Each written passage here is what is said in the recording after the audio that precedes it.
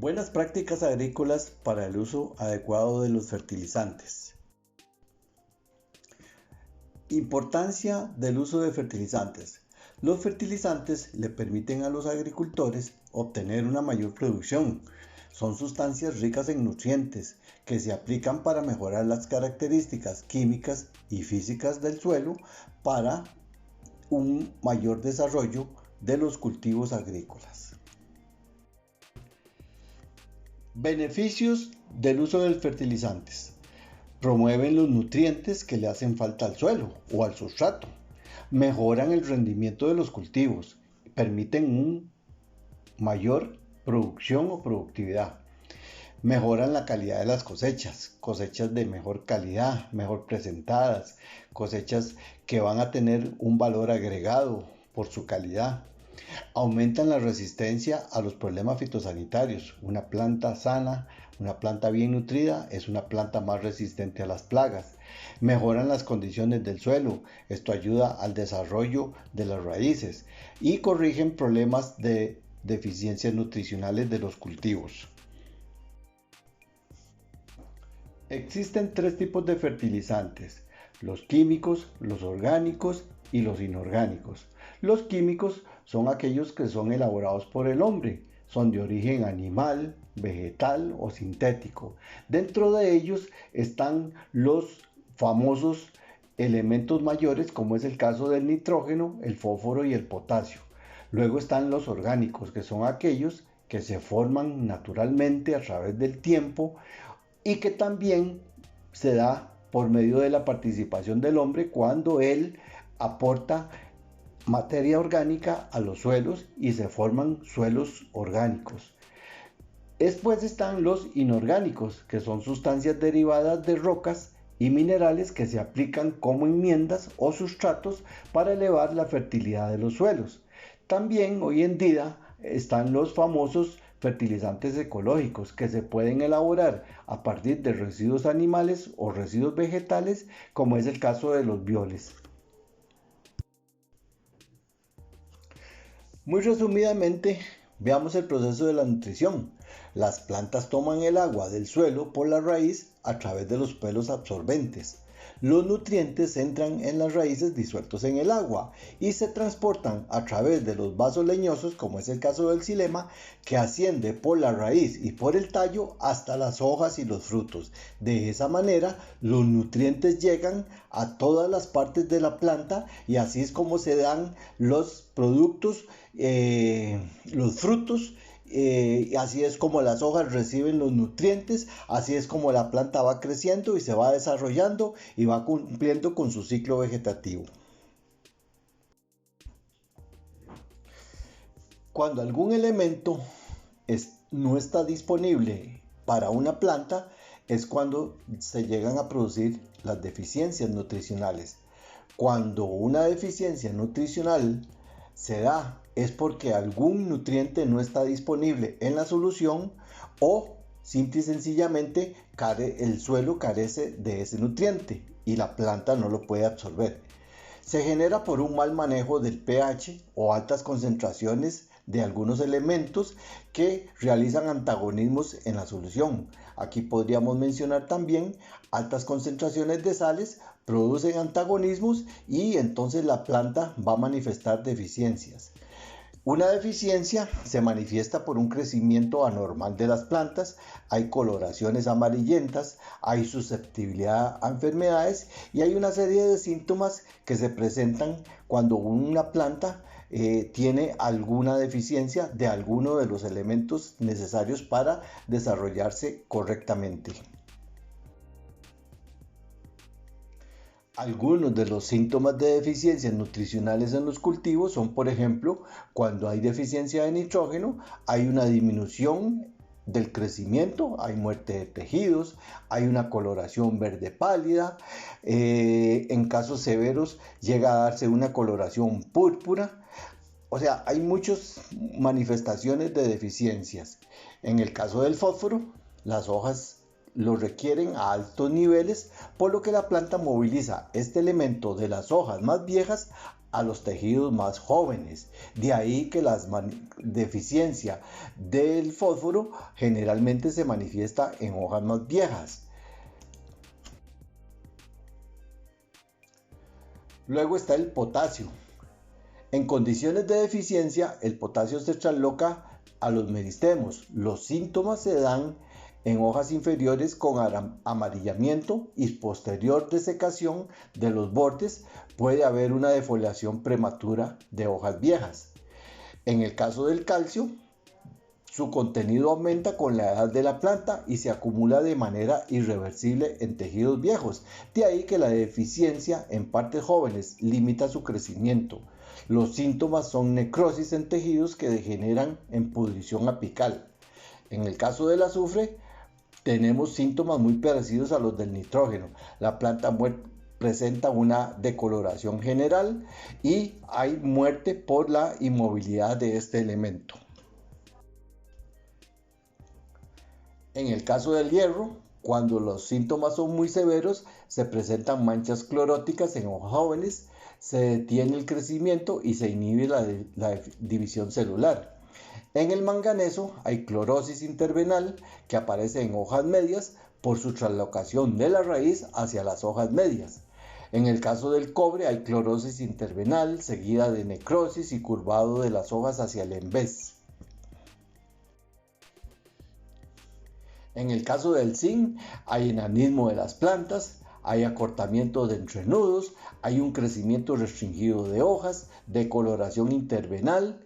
En el caso del molibdeno, falta de vigor, achaparramiento de las hojas. En el caso del boro hay deficiencias en ápices y hojas jóvenes, se detiene el crecimiento, entrenudos cortos, hojas deformadas. En fin, cuando hablamos de deficiencias hay una serie de síntomas que inclusive se pueden confundir unos con otros. De ahí la importancia de hacer los análisis de suelo y también los análisis foliares para determinar cuál es la deficiencia o cuál es el elemento que nos está haciendo falta para el desarrollo del cultivo.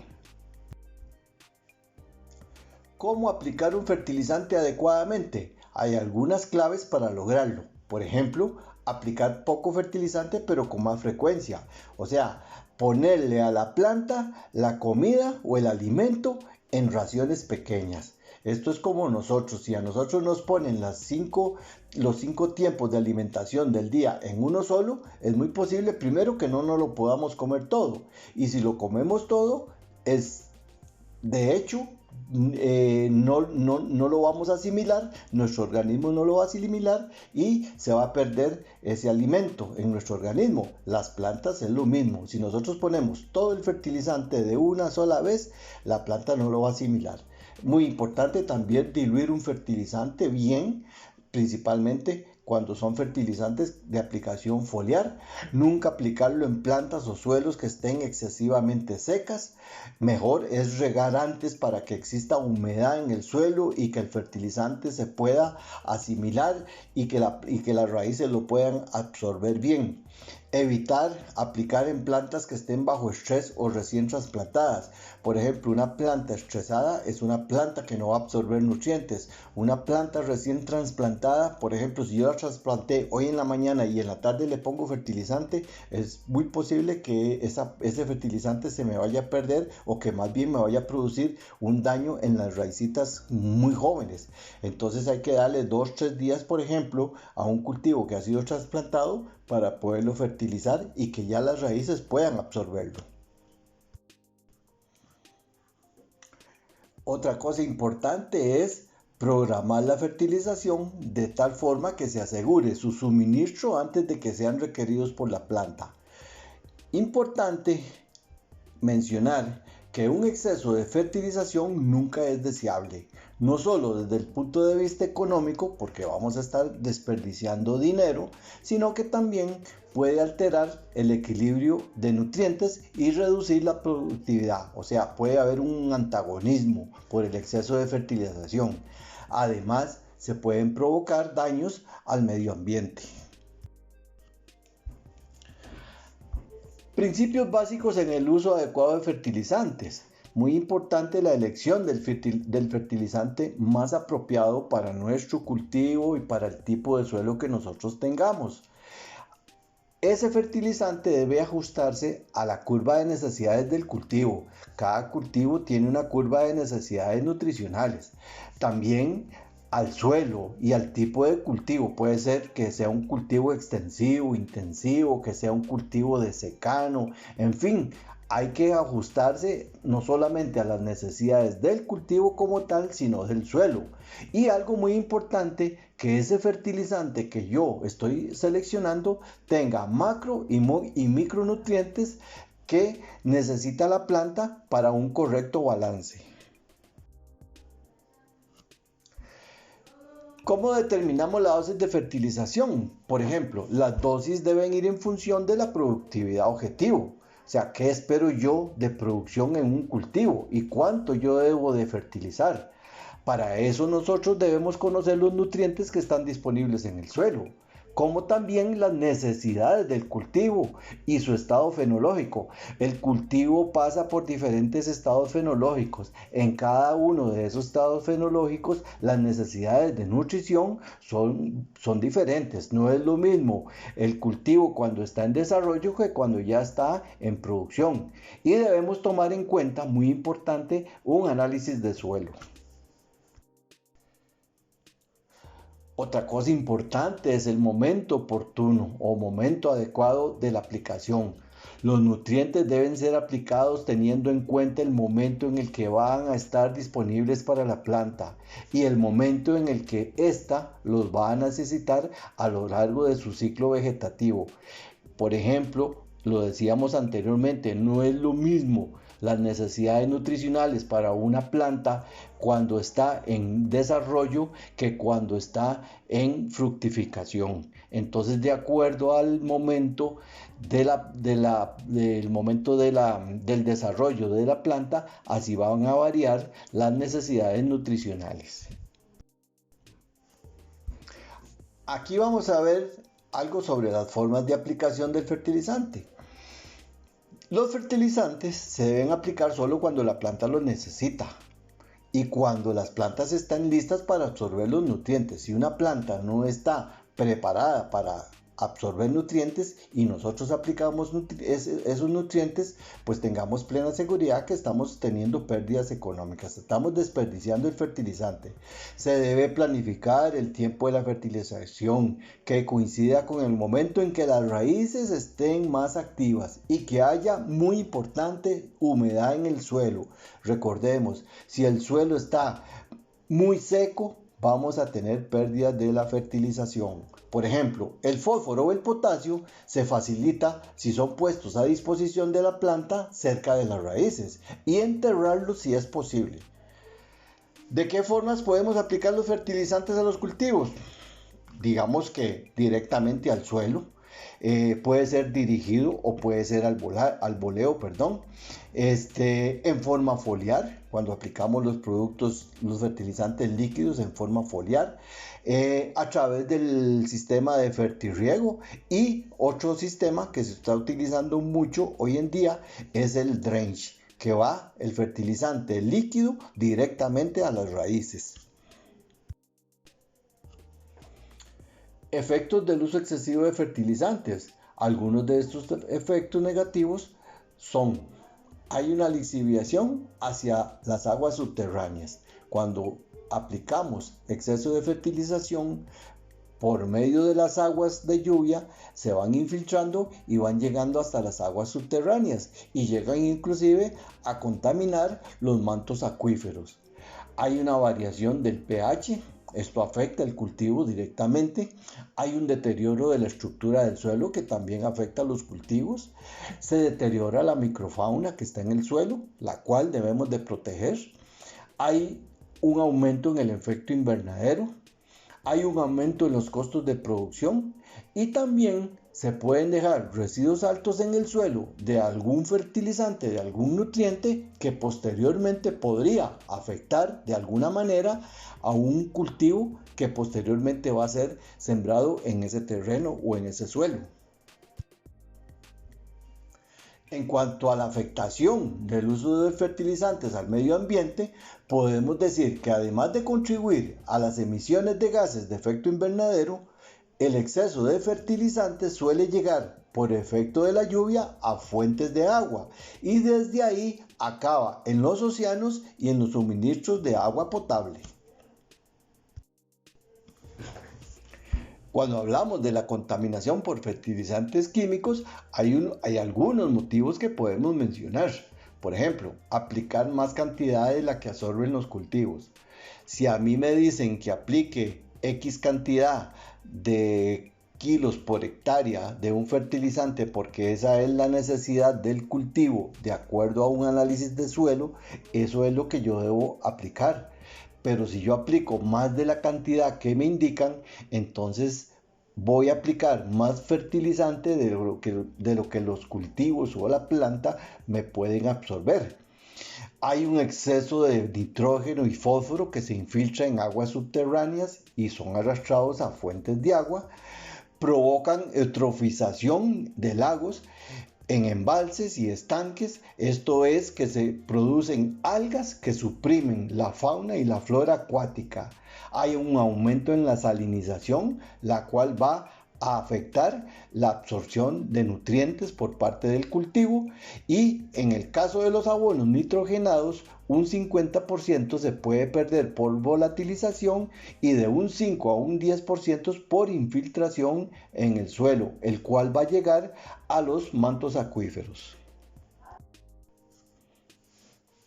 Cuando hablamos del uso del nitrógeno, se dice que del 50 al 80% del nitrógeno se desperdicia y se pierde en el medio ambiente. Esto es base a un estudio del Centro Ecológico de Hidrología del Reino Unido. Un mayor uso en rotaciones, esto es muy importante, hacer rotaciones de cultivos, principalmente cuando son cultivos fijadores de nitrógeno, como es el caso de las leguminosas, que convierten el nitrógeno del aire en una forma biológicamente útil. Estas rotaciones son cruciales, son fundamentales para reemplazar el nitrógeno sintético que utilizan nuestros productores como parte del proceso de la nutrición. O sea, vamos a reducir el uso de nitrógeno sintético haciendo rotaciones de cultivos con cultivos como las leguminosas. ¿Y qué alternativas tenemos para utilizar en los cultivos? Hay algunos que podemos mencionar. Por ejemplo, usar fertilizantes de origen animal, como la cerdaza, la gallinaza, la caballaza, cualquiera de estos. Pero importante es mencionar que cuando yo voy a utilizar un fertilizante de este tipo, una gallinaza por ejemplo, es muy importante que se haya cumplido en el proceso de producción de esa gallinaza o de esa caballaza o cualquier otra, que se haya cumplido con un proceso adecuado de descomposición antes de la aplicación en el suelo. Otro es el uso de fertilizantes de origen vegetal, por ejemplo el compost o abonos orgánicos, también requieren procesos de descomposición previos a su aplicación. El uso de micorrizas, que son microorganismos que generan una simbiosis con las plantas, de manera que aumentan la absorción de los nutrientes, como es el caso del fósforo, y que van a favorecer el desarrollo de los cultivos. El uso de desechos de post cosecha, por ejemplo la pulpa o el mucílago del café, los vástagos de banano o cualquier otro residuo vegetal puede favorecer la nutrición de los cultivos, además de reducir el impacto ambiental. Otra cosa importante es que cuando nosotros utilizamos residuos de cosecha, residuos vegetales, vamos a aumentar la cantidad de materia orgánica en el suelo. Otro es el uso de plantas fijadoras de nitrógeno, por ejemplo leguminosas, que pueden favorecer la disponibilidad de nutrientes, en especial el nitrógeno. Estas plantas se siembran también como coberturas, no solamente como cultivos, sino hay algunas que se utilizan o que son especialistas en coberturas de suelo y en algunos casos como cultivos de rotación. Cuando hablamos de las buenas prácticas agrícolas de fertilización, decimos que el agricultor debe escoger la cantidad y el momento adecuado de manera que las plantas absorban los nutrientes tanto como sea posible y que no haya desperdicio. La cantidad y la regulación de la absorción depende de varios factores. Por ejemplo, el tipo de cultivo. Hay cultivos que son más exigentes en nutrición o en algunos elementos que otros. La fórmula del fertilizante, si yo por ejemplo estamos utilizando una fórmula química, una fórmula física, en fin, en el mercado hay muchas fórmulas de fertilizantes. Aquí no vamos a mencionar fórmulas, aquí no vamos a mencionar recomendaciones, sino que es una cuestión muy general sobre lo que son las buenas prácticas de la fertilización. La fecha de fertilización, la época de siembra. Hay épocas en que los cultivos son más exigentes, si es invierno, si es verano, si hay rotación de cultivos, eso quiere decir si hoy tengo un determinado cultivo y mañana siembro otro y ahí le vamos dando vuelta a los cultivos. Si tengo cultivos alternos, por ejemplo, hay agricultores que tienen 5 o 6 cultivos en una misma finca, eso quiere decir que no todos los cultivos tienen las mismas necesidades, tenemos que ajustarnos a las necesidades de cada uno de ellos, las condiciones del suelo y las condiciones del clima. Todo esto son factores que tenemos nosotros que tomar en cuenta cuando hablamos de aplicar fertilizantes bajo las buenas prácticas agrícolas. Muy importante como parte de las buenas prácticas agrícolas, hacer un análisis de suelo y también, ¿por qué no?, un análisis foliar si fuera necesario. El análisis de suelo me va a decir a mí cuáles son las condiciones nutricionales que tiene el suelo para yo poder, de acuerdo al cultivo, decir cuánto voy a necesitar de fertilización. Incorporar los nutrientes después de la aplicación, si fuera posible. Hay algunas regiones en que se esperan lluvias abundantes y entonces, si yo lo incorporo, pues voy a evitar pérdidas por el escurrimiento y por erosión. Hay que estimar el fraccionamiento, adaptándolo a la fenología del cultivo. Hay que utilizar fertilizantes de liberación lenta, que vayan liberando lentamente los nutrientes. Hay que aplicar fertilizantes por fertirriego, hay un mayor aprovechamiento. Hay que aplicar fertilizantes vía foliar. En algunos casos, cuando tenemos deficiencias de algunos elementos, esas aplicaciones foliares van a suplir las necesidades de los elementos que están deficientes en el cultivo. Podemos hacer aplicaciones en drench que van directamente a la raíz. Importante el ajuste del pH para que haya un balance. Mantener reservas de materia orgánica, muy importante. Entre más materia orgánica nosotros tengamos, vamos a tener un suelo más rico, más productivo. Y promover la actividad de microorganismos y el uso de enmiendas. Muy importante hablar del almacenamiento de los fertilizantes. Deben guardarse en un almacén cerrado y seguro, que esté protegido de las inclemencias del clima, del sol, de la lluvia, etc. Un fertilizante que se almacena en una manera inadecuada va a absorber humedad, se va a deteriorar, va a perder sus propiedades nutricionales. Entonces eso va en detrimento de la economía del agricultor. Además de que el fertilizante, cuando yo lo aplico, no me va a funcionar como yo espero. Evitar almacenarlos por largos periodos. No almacenarlos junto a productos fitosanitarios, por ejemplo, insecticidas, fungicidas, herbicidas. Cuando yo tengo productos fitosanitarios en una bodega y también tengo fertilizantes, debo de acomodarlos en forma separada y acomodarlos en tarimas y acomodarlos de acuerdo a las fórmulas también, muy importante. Y otra cosa importantísima es el manejo de usos de los productos, no solamente fitosanitarios, sino fertilizantes, y manejar inventarios para que el agricultor sepa qué es lo que tiene, cuándo debe de usarlo, cuál es la fecha de vencimiento. En fin, las etiquetas de todos estos productos tienen toda esa información que le va a servir al agricultor para hacer un manejo adecuado cuando hablamos del almacenamiento de fertilizantes y de productos fitosanitarios. Muy importante leer las etiquetas del fertilizante o del producto fitosanitario, de cualquiera que sea.